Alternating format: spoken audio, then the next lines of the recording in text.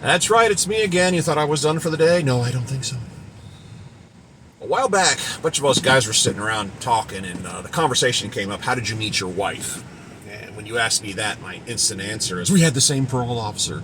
I knocked off a fruit stand. She was writing hot checks. Our eyes met. My mother doesn't think that's funny, by the way. But that came up, and most people, their story is pretty mundane. It's, we met at work, we grew up together, went on a blind date or something like that, except for this one guy named Todd, or as George Carlin would say, Todd. So everybody kind of told their little quick story, went around the circle, got to Todd, and he said, my story's too long, it's too complicated. And we're like, no, try it. So he went into this 30-minute description of one-off events that happened in order.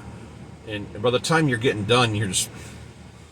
And his wife had the same story from her perspective. And it was, again, bizarre series of events.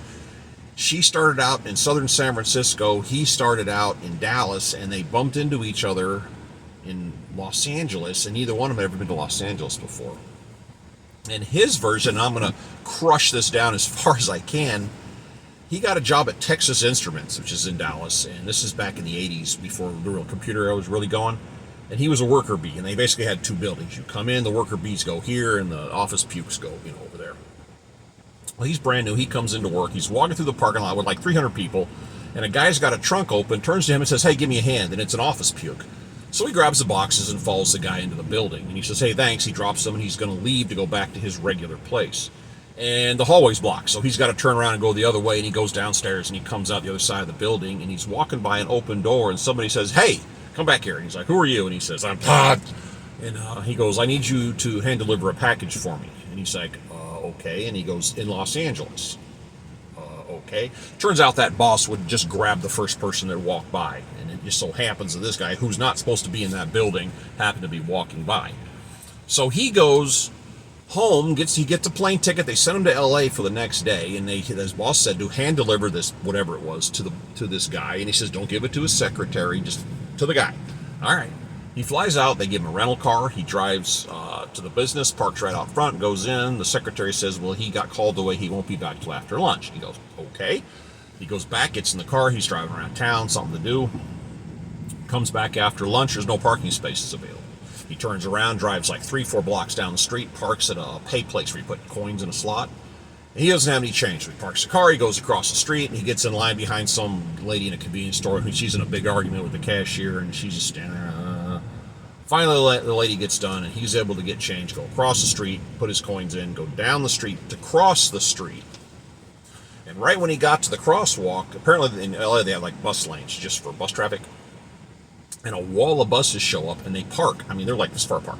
You can't get between them. So he's trying to cross, and he's like, So he turns, he walks all the way down the street, has to wait at another crosswalk. And while he's waiting there, the light finally turns green, he goes to cross.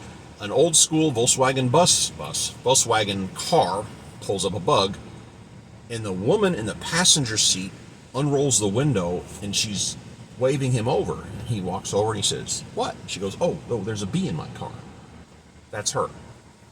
Her story is the same about getting shanghaied to travel with somebody to a horticultural thing and getting pushed off the highway and running out of gas and road construction accidents and going the wrong way on a street, and just on and on and on and on, and they find a bug in the back of the car.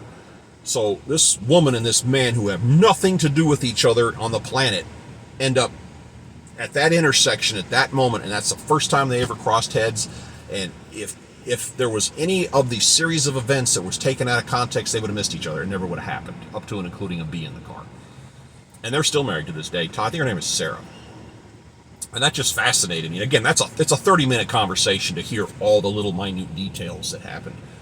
But if anybody out there has a story, a bizarre how you met your wife story, I mean, you got in a car accident with her, just something weird, I'd like to hear it, because I get a kick out of, how these things are supposed to happen. But that's just the latest thing going through my brain. If you have a good story, I'd like to hear it. Please put it down below. Thanks.